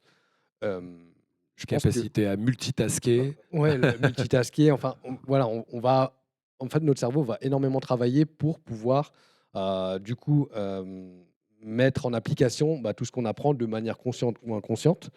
Et du coup, on développe quand même beaucoup de choses, que ce soit sur l'audiovisuel, la communication, le marketing, parce que notamment, on devient carrément, pour certains, une marque. On est exposé aux réseaux sociaux, on n'a pas forcément eu de cours de CM. On est là, on est en train de faire des vidéos YouTube qui peuvent être monétisées, regardées par des millions de téléspectateurs. On est streamer, on est streamé, on peut également intervenir en tant que diffuseur. Du coup, voilà, on tourne vraiment les choses sous tous les angles et on peut intervenir justement un petit peu partout. Et au final, dans ce milieu-là, on acquiert une certaine expertise qui va nous permettre en fait d'accompagner soit des agences, des marques, des clubs. Mais il faut justement que ce profil soit exploité, on va dire. On va exploiter ses compétences. Euh, Tout va dépendre des caractères de ces personnes, mais pour ce qui est de mon cas, je trouve que ça m'a énormément appris. Et à l'heure d'aujourd'hui, par exemple, je travaille dans le marketing. Je n'ai absolument pas de background ou d'études liées à ce domaine, mais j'ai été, par exemple, amené à travailler avec des clients, donc que ce soit du B2C, donc des personnes qui souhaitent participer à des événements, avec des marques, avec des créateurs de contenu, etc. Donc, au final, ce qui est le plus important, c'est la curiosité, connaître les besoins de chacun pour pouvoir y répondre. Et ensuite, après, on pourra forcément se trouver une place dans un domaine ou dans un autre. Vas-y, Léo, je t'en Juste prie. une petite question là-dessus, parce que je me suis posé la question quand j'ai arrêté. Moi, j'ai pris 9 mois à un peu trouver les deux voies dans lesquelles je suis parti. Et je me suis posé la question de faire un bilan de compétences. Parce que j'ai une mère qui est prof, donc très pédagogue, et elle s'est dit, bon, tu sais pas quoi faire, tu vas faire un bilan de compétences. Je l'ai pas fait au final. Mais je me demande juste si c'est un truc auquel vous avez pensé. Toi, tu étais dans la lignée de tes études, du coup, je pense que tu étais plus parti déjà pour aller bosser dedans, mais pour essayer de faire reconnaître en gros ce qu'on a appris en tant que joueur et joueuse professionnelle. Tu l'as dit tout à l'heure, il y a plein de compétences. Moi, je pense à la discipline, je pense à la gestion du stress qui est monumentale quand tu dois être sur une grosse compétition. Franchement, on est poussé dans nos retranchements et on ressort pas du tout pareil avant et après avoir été joueur et joueuse pro. Du coup, je me demandais, est-ce que vous avez déjà pensé à faire reconnaître vos compétences? Moi, pas du tout. J'ai pas fait de bilan de compétences dans le sens où, effectivement, comme tu disais, c'était assez dans la lignée de mes études et de ce que je faisais avant. Donc, ça a été assez naturel. Mais par contre, je pense que c'est quelque chose qui pourrait, on en parlera peut-être à la fin, mais qui pourrait être intéressant à mettre en place dans les structures avec justement les joueurs pros pour commencer à préparer le futur, mais dès le début par rapport à leur background, etc. quoi. Bon, Toi, peut-être que tu en as fait du coup. en me cherchant un peu, je ne savais pas forcément quoi faire, dans le sens où on se rencontre et on est un petit peu heurté à la réalité. C'est que on veut postuler, par exemple, pour des offres d'emploi qui nous semblent accessibles. On va passer des entretiens ou alors, vu que c'est la RH, c'est filtré par rapport à nos expériences. On n'a parfois pas la chance, du coup, comme tu as pu le Ouais, ou souligner. des fois, tu n'as juste pas le diplôme en fait. Voilà, exactement. Ouais. Mais certaines entreprises, et ça arrive de plus en plus, mais je vais citer par exemple Amazon, par exemple, se base beaucoup sur le caractère, les acquis, etc. Je trouve qu'on a de plus en plus d'entreprises du coup qui vont casser ces codes, Ouais. qui ne sont pas forcément françaises, mais qui vont te laisser de la chance, du moins montrer de quoi tu es capable. Mais sinon, pour en revenir sur un test de connaissances, j'ai pensé à faire une VAE, du coup une Ouais, validation, pareil. Ouais. parce que du coup, ça va être un support qui va VAE, venir valider. Juste pour que je précise, VAE, validation d'acquis d'expérience, pour celles et ceux qui ne sauraient pas. du coup, qui va venir appuyer nos connaissances, parce que du coup, ça va pas être un diplôme, mais au moins un document qui va venir certifier cela pour pouvoir prétendre à une offre d'emploi, tout simplement. Et ouais, pareil, je me suis posé la question après 3 ans en agence, du coup, faire une VAE au moins pour valider un bachelor ou un bac+3 en marketing, sachant que on est quand même en France dans un milieu où on a quand même beaucoup besoin, je trouve, de diplômes, ou en tout cas le recrutement assez traditionnel. Mais je lançais la question parce qu'en fait j'ai l'impression que, je sais pas vous, mais moi j'ai jamais été accompagné dans mon après-carrière. Il a fallu se tourner vers moi-même et vers mon entourage pour se poser la question, mais je fais quoi après? Et du coup, le bilan de compétences, ok, c'est cool, mais qui va venir qui va venir te dire, Certifié. certifier tes compétences de joueur professionnel quand ils n'ont aucune idée du milieu dans lequel tu évolues. Et donc, en fait, voilà, c'est une question qui est tout à la fin des problèmes de l'e-sport professionnel aujourd'hui. L'après-carrière, c'est vraiment très en bas des priorités, mais c'est vraiment une question qu'on se pose de comment est-ce que tu légitimes tout ce que tu as pu apprendre. Complètement. C'est un vrai sujet, hein, pour le coup. Alors aujourd'hui, la question du développement des compétences quand on joue à des jeux vidéo et notamment des jeux vidéo en compétition, donc à l'e-sport, c'est un vrai sujet qui est traité par les chercheurs pour essayer d'identifier justement ces différentes compétences qu'on les appelle des soft skills, des hard skills et ainsi de suite. Donc il y a même aujourd'hui des acteurs commerciaux qui essaient de vendre ou en tout cas de proposer des solutions pour identifier sur de la RH comment est-ce qu'on peut trouver le futur collaborateur ou la future collaboratrice en le faisant jouer à un jeu vidéo et la façon dont il se comporte. On peut essayer de deviner un peu sa personnalité. Je ne sais pas ce qu'il en est, c'est encore balbutiant, mais ça reste toujours intéressant.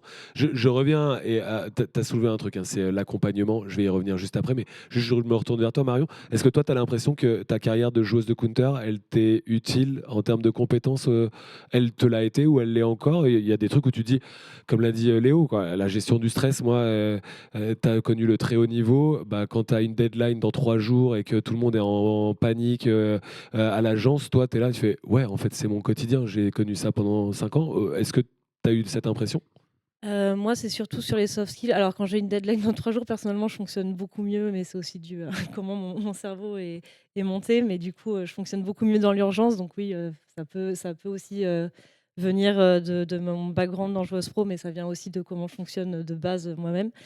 Mais non, je pense que moi, c'est surtout sur les soft skills. En fait, je pense que l'e-sport et la compétition, c'est, on va dire, une très bonne école de la résilience.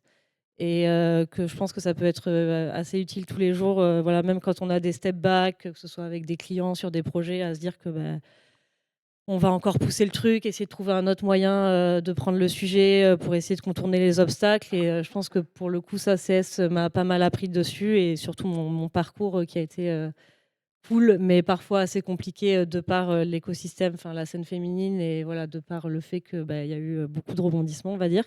Donc je dirais sur les soft skills et sur la communication aussi.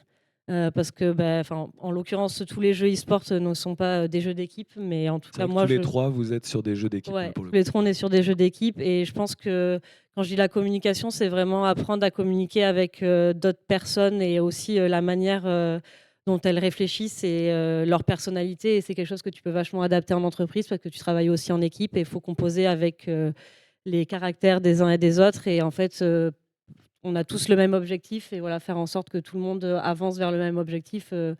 Peu importe les galères qu'il peut y avoir sur le moment. Et du coup, moi, c'est plus de ce côté-là que je le vois.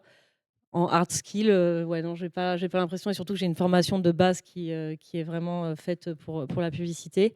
Mais ouais, moi, c'est plus sur ces 2 soft skills-là que, enfin, je sais pas ce que vous en pensez, mais moi, c'est communication et un peu, ouais, école de la résilience aussi. Et se dire que, ouais, on peut passer beaucoup de temps à essayer de master quelque chose pour le rendre vraiment, vraiment bien et le proposer ensuite, quoi.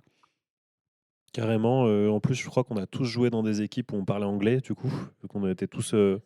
Donc, en vrai, les Les langues langues. étrangères, enfin, je suis devenu bilingue grâce aux jeux vidéo, hein, pas tant grâce à l'école.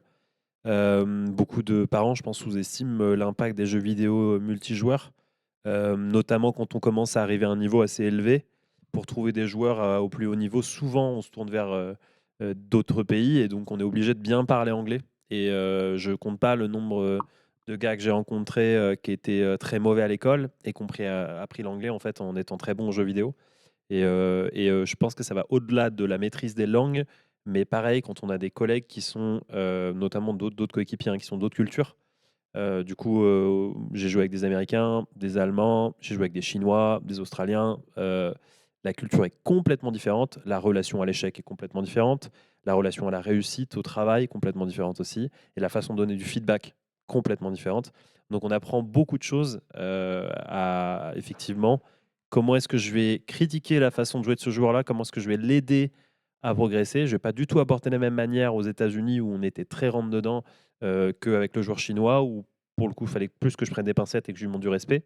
Donc je trouve que ça t'apprend aussi des soft skills intéressants sur la culture internationale, comment gérer des relations avec des gens qui sont des pays complètement différents, quoi.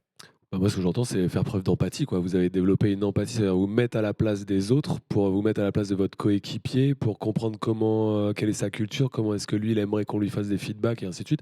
Et ça, je pense que dans nos sociétés, on en manque énormément et que c'est vraiment une qualité qui est mésestimée au plus haut point, quoi.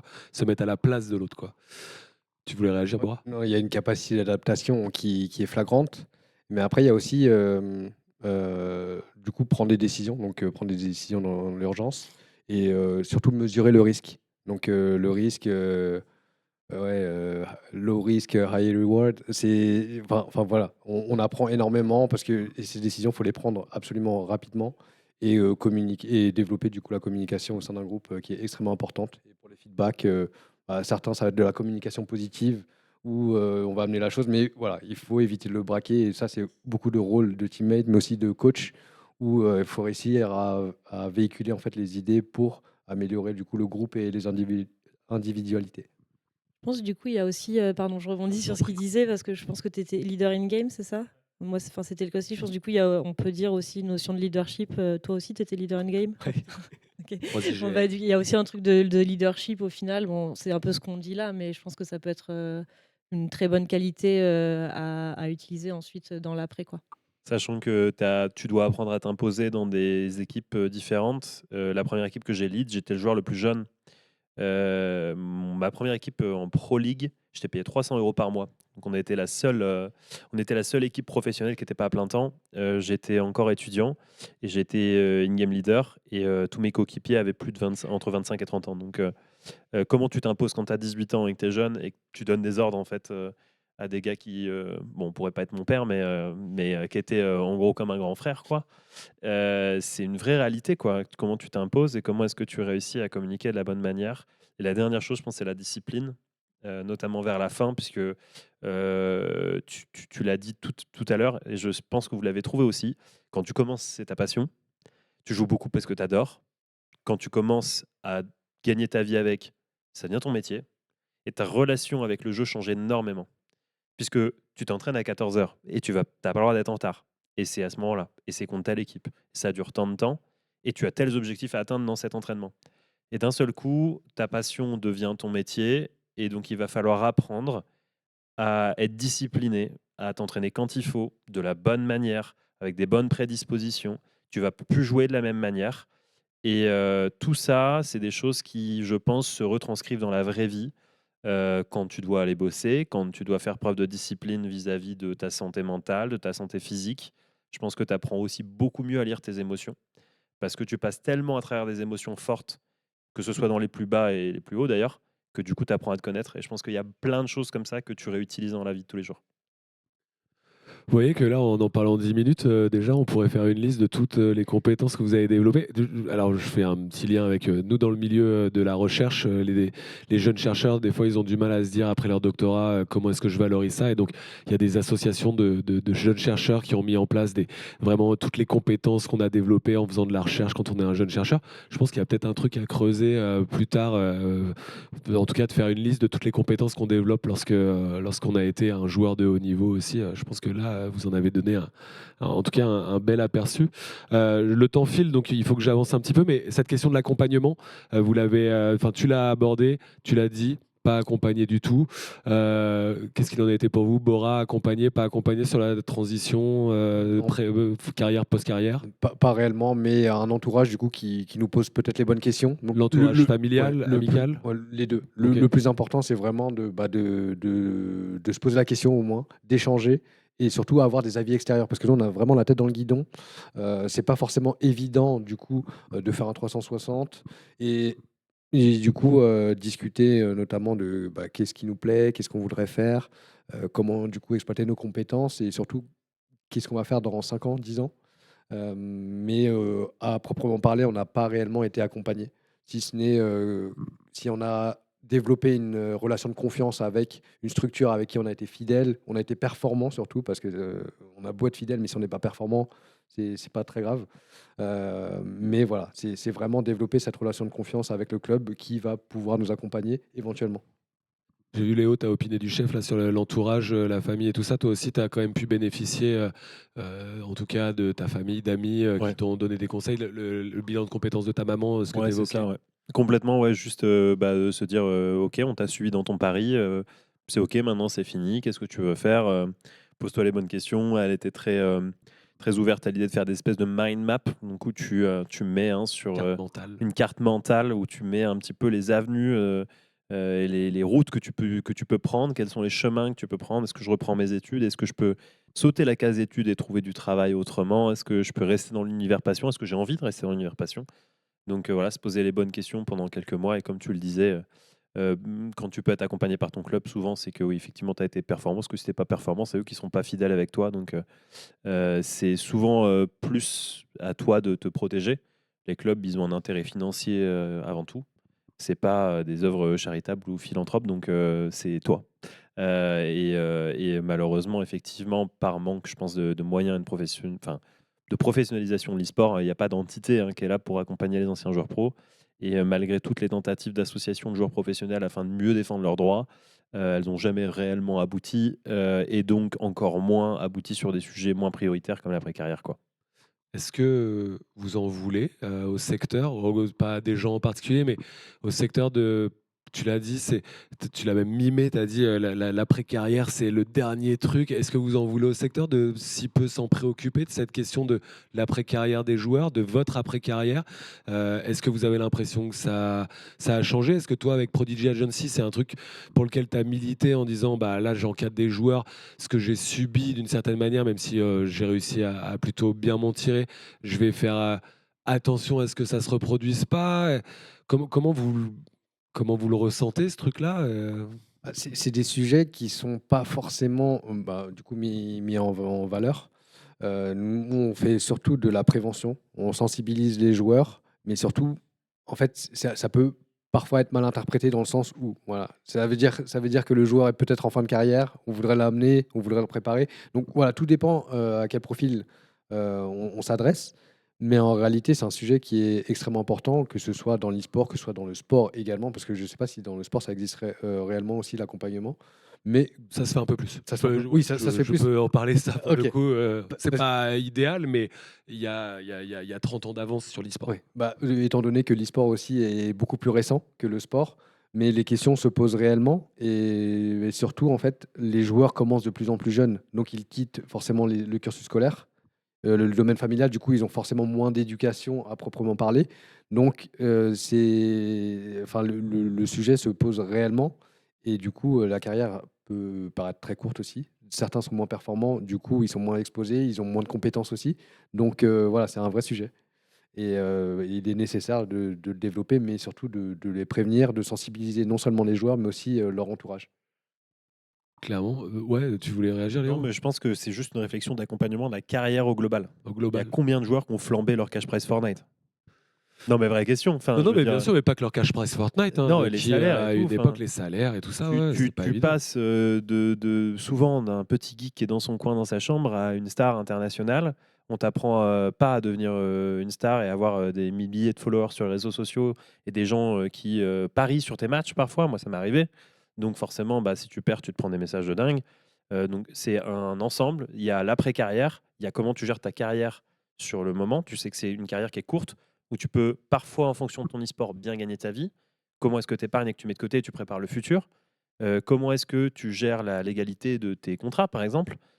Combien de fois j'ai vu un gars qui signe un contrat, il n'a pas regardé que si jamais on le mettait sur le banc, il était à 1/10 du salaire. Donc en fait, ils le mettent sur le banc et puis ils essaient de le revendre. Ils le revendront jamais, il a tué sa carrière comme ça. Il y a plein d'accompagnement de la carrière en tant que tel. C'est pour le coup le boulot qu'a fait Prodigy pour plein de joueurs. Mais pour moi, l'après-carrière, c'est une seule petite partie de l'accompagnement général dont devraient bénéficier les joueurs. Et il faudra un espèce de livre blanc, de whitebook de OK, les bonnes pratiques, quoi. Ton contrat, fais-le lire un avocat, toujours. Le signe pas comme ça, même si c'est ton premier. Voilà, tes cash price, et cetera, faut les déclarer déjà, premier truc, hein. C'est pas, comme on m'a dit au tout début quand j'avais été, voir un avocat fiscaliste, il m'a dit: «Oh, c'est comme le poker, ça, vous êtes sûr qu'il faut le déclarer?» Enfin, ouais, non, faut le déclarer. J'en ai connu ici qui, dans cette salle même, ont essayé de dire qu'il n'y avait pas besoin de On déclarer ses revenus. Voilà, donc non, mais c'est des questions bêtes, mais en fait, il y a tellement de petits sujets de la gestion de ton indépendance, parce que quand tu es joueur, tu es un indépendant, qu'il faut apprendre à gérer et ça fait partie de ça. Question hyper naïve, est-ce que dans vos carrières, vous avez eu des agents, vous? Parce que maintenant, c'est hyper commun, tous les joueurs pro, enfin tous les joueurs pro, je sais pas si c'est tous, mais les plus grands en tout cas, ont des agents qui sont souvent chez Prodigy, hein, d'ailleurs. En plus, quand même, c'est pas les seuls, mais c'est très souvent. Mais vous, dans vos carrières, vous avez eu des agents et des... Vous avez été encadré? Toi, j'imagine, Marion. Alors moi non, pas du tout. Ouais. Enfin, on a eu des managers, mais Ouais. on touchait pas du tout à tout ce qui était contrat. Bah, de toute manière, on n'en avait pas, donc Ouais, voilà. c'est Ou on en malheureusement. avait, mais c'était pas des contrats avec autant de contreparties et de salaire. Donc non, j'ai pas eu d'agent, juste des managers, mais effectivement, non, ouais, Ouais, pas d'agent. la scène féminine toujours, quoi. Moi, assez jeune, oui. Enfin, assez jeune. C'était en 2014. Je pense que c'était vraiment les prémices. Ça devait être l'une des premières agences, en tout cas sur League of Legends, et c'était Bang Bang Management. Bang Bang, Ouais, BBM. exactement, BBM. Et du coup, j'en garde de bons souvenirs, de bonnes relations. Et du coup, ça s'est bien développé. Ils t'ont aidé? Ils m'ont beaucoup aidé, notamment sur la livraison de projets, que ce soit sur du YouTube, que ce soit sur des créations de vidéos, des tutoriels, le livre. Du coup, ça m'a vraiment poussé à faire des extras en plus pour travailler sur mon image et sur mes projets. Et l'accompagnement, on va dire que l'accompagnement de carrière, moins.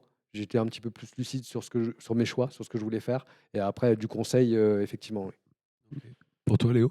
Moi, juste pour les États-Unis. Ouais, je suis parti à 19 ans. Donc, comment est-ce que tu t'installes là-bas? Comment est-ce que tu montes une. D'ailleurs, je sais même pas ce que tu as fait toi, mais moi, comment est-ce que je me faisais rémunérer là-bas? Comment est-ce que je payais les impôts aux États-Unis, en France? Enfin, tous ces trucs-là. Donc, tu comprends rien. Tu as 19 ans et tu as juste envie de jouer, en fait. Donc, j'en ai pris un à ce moment-là pour ça, qui a pris 20% de mon salaire tous les mois et qui a rien fait avec. Donc, j'ai pas eu une bonne expérience. Donc après 6 mois, j'ai mis fin au truc et je me suis représenté tout seul. Voilà. Après, je pense que c'est pas un bon conseil. Je pense que c'est bien. Je pense qu'il y a des super agents. Je pense qu'on a suffisamment aussi maintenant de joueurs qui sont accompagnés pour savoir quels sont les agents où on peut faire confiance. Donc je recommanderais toujours à quelqu'un de se faire accompagner comme il faut par les bonnes personnes et dès qu'il y a un doute, c'est pas grave de changer, quoi. On arrive à la toute fin. On m'a fait des signaux comme quoi il fallait commencer On parle trop? Non, franchement, c'est hyper riche, hein. Très honnêtement, je pense jamais avoir eu l'occasion d'entendre tout ce que vous racontez pendant autant de temps. Donc vraiment, ces témoignages, ils sont hyper importants. Je vais finir par une question commune pour tous les trois que je vais vous poser à tous les trois. Mais si vous deviez imaginer un programme idéal de reconversion pour des joueurs professionnels actuels, comme tu l'as dit, en plus, Bora, c'est qu'ils sont de plus en plus jeunes, ils arrêtent encore plus tôt leurs études que vous. Il y a quand même beaucoup de joueurs, c'est pré-bac, hein, qui vont même pas jusqu'au bac. Qu'est-ce que, dans l'idéal, alors, bien évidemment, je vous demande pas de sortir tout de suite la nouvelle politique publique e-sportive de reconversion des joueurs qui va faire office de livre blanc, justement, comme tu l'évoquais pour les 15 prochaines années. Mais vous, là, idéalement, sur quoi vous auriez envie d'insister? Quels seraient les piliers fondamentaux que vous aimeriez mettre en avant? Je vise personne en particulier parce que peut-être vous avez besoin de temps pour réfléchir. S'il y en a un ou une qui veut se lancer en premier, Léo, tu as l'air d'être parti. Moi, c'est juste un truc parce que j'en ai parlé à l'université de Caen sur place. C'est l'aménagement du temps d'études, notamment, bon, évidemment pour ceux qui veulent poursuivre des études supérieures à côté des jeux vidéo, même si c'est très compliqué quand on est sur des e-sports où on doit être à plein temps. Par contre, le truc pour lequel je trouve ça intéressant, c'est au moins pour aller jusqu'au bac ou haute formation. Le bac n'est pas un piédestal. Il y a plein d'autres choses à faire, que ce soit un bac pro, que ce soit voilà, un BEP ou quoi, ou un CAP. Mais en tout cas, aller jusqu'à une formation où tu sais que si jamais demain l'e-sport s'arrête, tu as une formation sur laquelle tu peux construire. Je pense que c'est vraiment le truc important. Et ça, aujourd'hui, c'est 2-3 ans max où tu dois avoir un aménagement du temps. Et si tu es joueur pro sur Rocket League, sur Fortnite, sur des jeux e-sport qui t'autorisent à être joueur professionnel à cet âge-là, c'est OK de combiner les deux. Et je pense que ça, on en manque. Je pense que c'est vraiment le premier truc, histoire de toujours avoir ce bagage études sur lequel tu peux te reposer à la fin. Juste pour rebondir là-dessus très rapidement, moi j'ai accompagné l'université d'Orsay, donc les universités elles ont une autonomie, donc elles peuvent mettre en place des aménagements sur ce qu'ils appellent soit des sportifs d'excellence, soit des acteurs d'excellence et ainsi de suite. Ça peut être dans la musique, dans l'art et ainsi de suite. Donc les universités, les écoles, elles sont autonomes, indépendantes sur ces sujets-là. Donc moi j'ai accompagné Orsay pour l'université d'Orsay. Là j'accompagne l'université de Grenoble-Alpes sur ce sujet-là aussi. Donc c'est possible en post-bac. En pré-bac c'est beaucoup plus compliqué, mais l'éducation nationale se pose vraiment la question. Le gouvernement, il y a un vrai sujet qui est porté actuellement. Ça va prendre du temps à se mettre en place. Ce n'est pas possible pour tous les jeux, dans le sens où la structuration n'est pas la même entre du Rainbow Six, League of Legends ou du Smash. Vous voyez bien, comme l'éditeur n'est pas impliqué de la même manière, et donc c'est pas toujours possible. Mais en tout cas, l'aménagement du temps scolaire/universitaire, c'est un vrai sujet, clairement. Alors, c'est un vrai sujet, mais on a des contraintes qui vont au-delà du coup de l'aménagement de l'emploi du temps, étant donné qu'on a des contraintes parfois géographiques. Ouais. On peut pas forcément, du coup, si on part à l'étranger, on peut pas forcément avoir le même cursus scolaire. Donc, on peut se poser la question sur les cours en ligne. Mais après, on impose aux joueurs d'être performants, parce que du coup, ça dépend vraiment de sa carrière, de ses performances, qui va impacter directement du coup ses résultats financiers, son collectif. Donc voilà, il y a quand même pas mal de contraintes. Est-ce que le joueur du coup a réellement l'envie d'étudier alors que il est suivi par des millions de personnes, il doit performer, il a besoin de s'entraîner également.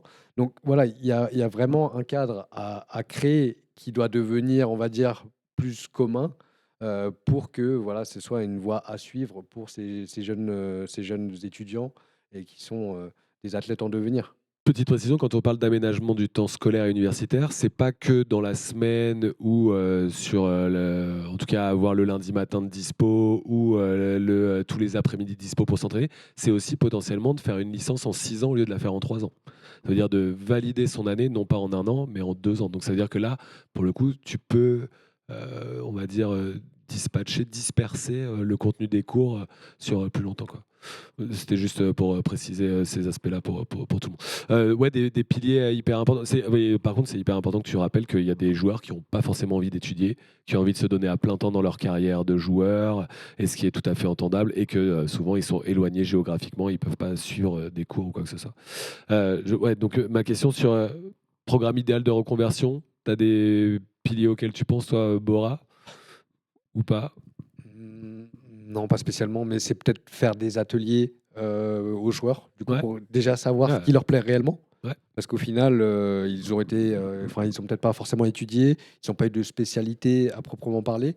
Donc, difficile pour un jeune de 16 ans, 17 ans, 18 ans de savoir ce qu'il va vouloir faire après carrière. Déjà, à l'instant T, il ne sait pas combien de temps va durer sa carrière. Et surtout, qu'est-ce qu'il voudra faire après, on ne sait pas. Complètement. Moi, je pense que c'est vraiment l'initier. De la prévention, quoi. Voilà, beaucoup de prévention. Ok. Marion, tu auras le mot de la fin en plus. Bah, non, j'ai tendance à rejoindre un peu, peut-être les sensibiliser aussi sur ce qu'il est possible de faire après. Donc je pense que c'est peut-être ce que tu voulais un peu dire par atelier, mais ouais, juste les sensibiliser sur ce qui est possible de faire après, qu'ils puissent commencer déjà à y réfléchir, même si c'est de très loin, s'ils commencent juste leur carrière, mais voilà, qu'on les informe de ce qui est possible et que ça puisse faire son petit bout de chemin dans leur tête au fil des années. Et mine de rien, une petite idée avec ça, mais qui va avec tout. Quand on est joueur pro, on cotise, on a des droits à CPF. Tu vois, demain, si avec mon droit CPF, je peux aller voir quelqu'un et payer un bilan de compétences et peut-être qu'elle me fasse un bilan d'orientation de ce que je veux faire, bah ouais, ça peut être sympa. Tu vois, si tous les joueurs pro peuvent bénéficier de ça à la fin de leur carrière, au moins ça donne des pistes, quoi. Complètement. Et là, de vous entendre parler, je me dis, mais même des programmes de mentorat où vous venez à retémoigner auprès des jeunes joueurs et des jeunes joueuses, je pense que ça pourrait être hyper important. Merci à vous déjà pour tous ces témoignages. On va prendre quelques minutes pour voir s'il y a des questions dans le public. C'est quand même une occasion assez unique de pouvoir poser des questions à ces trois personnalités. Je n'ose croire que j'ai abordé tous les sujets. Je vois qu'il y a déjà une main qui s'est levée d'Emmanuel. Alors, la consigne, c'est, vu qu'on ne vous filme pas, c'est de vous présenter à l'oral, dire juste « je suis Emmanuel Forsens » et tout ça, et de poser la question. Je suis Emmanuel, mais mon micro ne marche pas, donc ça... Ah si ouais, attends, le non, micro. ça marche là ou pas? Pas vraiment, J'ai pas je crois l'impression. pas. Hein. Attends, je vais me lever, moi. Merci. Donc, je suis Emmanuel Forsens, je suis le directeur de l'AFJV, l'Agence française pour le jeu vidéo. Je me posais la question avec tout ce que vous évoquiez, et d'ailleurs, merci infiniment pour vos témoignages qui étaient très perso, et vous vous livrez beaucoup, et je pense que pour plein de gamins, c'est un vrai atout. Donc, vraiment merci pour ce que vous avez fait. Est-ce que e-sport études, c'est pas une solution, à la fois dans l'accompagnement au début, et puis ça permet justement de continuer ses études, etc., etc. Et je me demande pourquoi est-ce qu'il n'y a pas déjà e-sport études?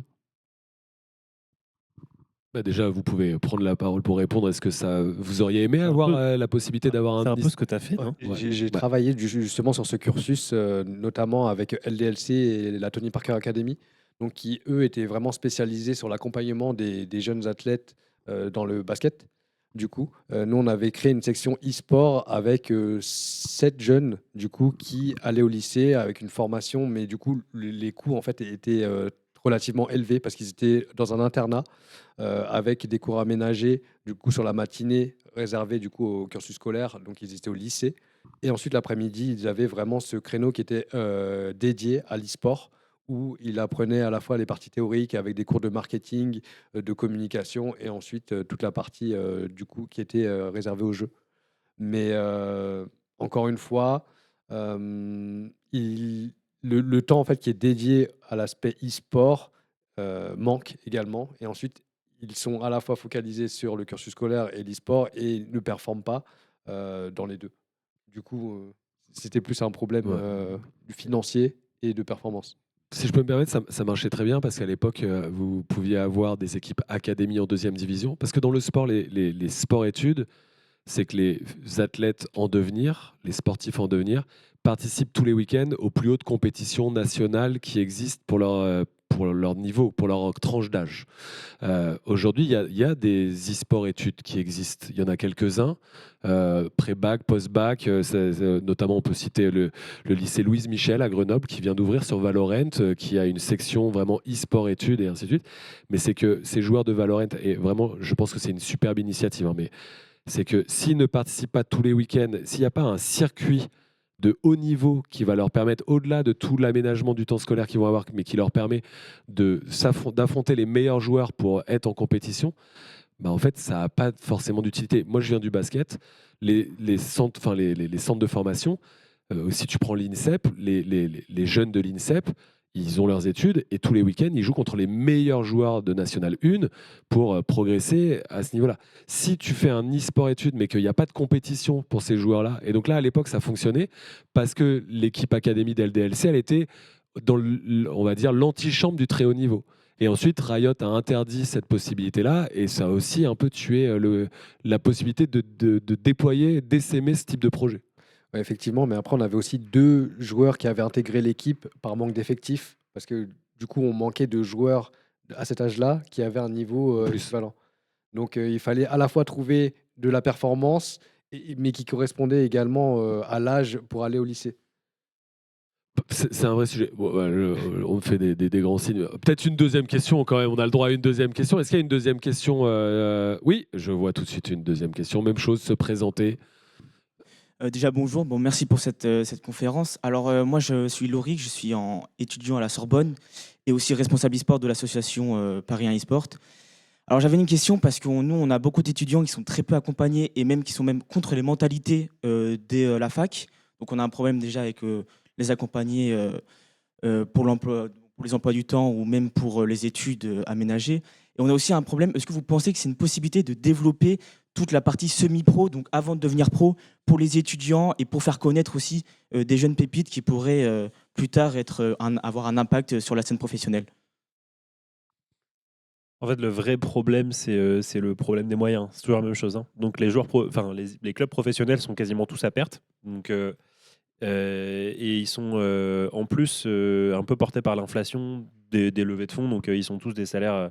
Enfin, il y a un problème de salary cap dans plein de jeux e-sport qui font qu'il y a ce qu'on appelle le phénomène de cash burn et qui, de toute façon, ont du mal à être rentables. Donc, le problème, c'est que quand le top niveau, nous même les professionnels, manquent de moyens, que contrairement au sport, on n'a pas les revenus des droits télé. Donc, on n'a pas de fédé et on n'a pas de ruissellement des revenus des clubs professionnels vers des clubs semi-professionnels et encore moins vers des clubs amateurs. Donc, en fait, la réalité, c'est à quel moment est-ce qu'on trouve un moyen, d'avoir des ligues semi-professionnelles. Donc, sur LoL, le jeu e-sport numéro 1, on a la chance d'avoir la Div 2 et puis on avait l'Open Tour. Et donc là, ça y est, ça ressemble à un truc. On a le niveau amateur, semi-pro et pro. Ok, cool. Sauf que y a plein de jeux e-sport qui n'ont pas ça parce que l'éditeur n'a ni les moyens ou alors n'a pas l'audience pour créer ces trucs-là où il s'en fiche complètement. Voilà, hein, on peut se le dire. Et donc, c'est un vrai problème. Donc, en fait, pour l'instant, tout ça subvient au niveau amateur par des passionnés. Le problème du semi-pro, c'est à quel moment est-ce qu'un club il arrive à être rentable sans être au niveau professionnel, donc sans bénéficier de l'audience des ligues professionnelles, mais en même temps à attirer des annonceurs et des sponsors qui peuvent lui payer suffisamment pour qu'il soit capable au moins de défrayer et peut-être de payer un petit salaire à des joueurs. Et là où en 2017-2018, j'étais dans un club du coup, où j'étais semi-pro, parce que j'étais payé 300 € par mois, tous ces clubs-là sont en train de mourir. Parce qu'en fait, ils n'ont pas les moyens et il n'y a personne qui les accompagne. Donc en fait, il y a une vraie question, et je pense que c'est une question de fond, de financement de l'écosystème e-sportif français et de ruissellement des ressources du niveau professionnel vers le semi-pro et le niveau amateur. Et la deuxième question qui est peut-être plus un travail à faire côté agence et qu'on a essayé de mettre en place, c'est comment est-ce qu'on convainc à la fois les institutions, mais surtout des annonceurs qui sont déjà investis dans la pratique amateur ou semi-pro. Je pense par exemple à la Caisse d'épargne ou Banque Populaire qui sont très investis là-dedans et qui fournissent des kits. Voilà, il y a plein d'acteurs bancaires ou autres qui financent ça. Comment est-ce qu'on arrive à convaincre ces acteurs économiques-là qu'il y a un intérêt, parce qu'il y a des millions de passionnés d'e-sport en France, de venir subventionner ça? Donc pour moi, il y a deux pistes. Il y a les institutions, il y a les annonceurs. C'est eux qui ont l'argent. Comment est-ce qu'ils vont faire demain pour structurer ces niveaux-là, puisqu'aujourd'hui, tout est à perte et qu'il n'y a pas de ruissellement? Mais en fait, pour moi, ça doit venir d'une pression, d'une part, des pouvoirs publics, et de l'autre, un vrai travail d'éducation auprès des annonceurs pour réussir à financer cet écosystème-là qui, de toute façon, sera toujours à perte, parce qu'on n'a pas les audiences et on n'a pas les mêmes revenus que le modèle sportif. Donc, c'est un travail de fond. Je pense que ça avance, mais je pense que ça avance trop lentement, en réalité. Réponse très très complète, hein. Effectivement, le fait que derrière ce terme e-sport, c'est plein de scènes compétitives très très différentes, avec un investissement des éditeurs de jeux qui peut être très très variable, entre Valve qui est ultra libéral et Nintendo qui est ultra conservateur, protectionniste sur ces jeux. C'est un spectre sur lequel vous avez plein de possibilités. Aujourd'hui sur League of Legends, je pense que par exemple la Poro League qui vient d'être annoncée, qui est donc une ligue universitaire, peut être un bon tremplin de ce que tu appellerais peut-être le semi-professionnalisme. Alors, il n'y a pas de rémunération, mais les assos étudiantes peuvent potentiellement indemniser les déplacements des joueurs, et puis ça peut donner de la visibilité vers un équivalent de l'Open Tour et peut-être de la Div 2. En tout cas, ça peut être un endroit où ça peut faire émerger les talents. Mais sur d'autres jeux, si vous avez des super joueurs à la Sorbonne qui sont, je sais pas, sur Street Fighter ou sur... je sais pas, sur même R6, c'est plus délicat, quoi. Qu'est-ce qui va en être, quoi. Donc ça, c'est beaucoup plus difficile à mettre en place. Et effectivement, si on le compare au sport, le sport, il y a des politiques publiques sportives pour lesquelles on débloque des financements publics. Aujourd'hui, dans l'e-sport, il y a certes des politiques e-sportives publiques, mais pour lesquelles on ne débloque pas encore de financement au niveau de l'État. Et donc, parce qu'on estime pour le moment que le sport, c'est très bénéfique à la société. Et pour l'instant, on a du mal à voir que potentiellement l'e-sport pourrait être bénéfique à la société. Donc, on ne va pas prendre de l'argent des contribuables pour financer des politiques publiques e-sportives. Pour le moment, en tout cas, peut-être ça changera. Mais encore faut-il prouver que ça développe toutes les compétences qui ont été évoquées et que ça ne rend pas les joueurs addicts ou violents, comme on peut avoir de temps à autre des déclarations aux plus hautes instances de l'État, quoi. C'est toujours un peu délicat, quoi. Voilà. Sur ce, je vous remercie énormément. J'avais écrit une petite conclusion, mais on laisse tomber ma conclusion. Mais je sais qu'on m'a dit, surtout, n'oublie pas de dire que dans un mois, prochaine dernière, c'est la 6e et dernière matinale de cette saison des matinales de l'e-sport, qui sera dédiée cette fois-ci à la création d'un jeu vidéo pensé pour l'e-sport. Il y a un super titre que j'ai déjà oublié, mais voilà, c'est dans pile un mois. Ça sera la dernière pour cette année. Et ceci étant dit, je tiens déjà à remercier toutes les personnes qui sont présentes ici même, toutes les personnes qui nous suivent sur Twitch, et surtout vraiment une nouvelle fois remercier à nouveau donc Marion, Bora et Léo pour leur participation, d'être venus, d'avoir témoigné. Très honnêtement, c'était un super moment, et ce que vous avez raconté, votre partage d'expérience, je pense qu'on l'a rarement entendu, et je pense que c'est aussi tout l'objet des matinales de l'e-sport, c'est d'entendre des discours qu'on n'a pas souvent l'habitude d'entendre. Et je vous remercie vraiment d'avoir joué le jeu. Donc vraiment, vous pouvez les applaudir une nouvelle fois. Merci beaucoup. Et on rend l'antenne. Merci beaucoup encore.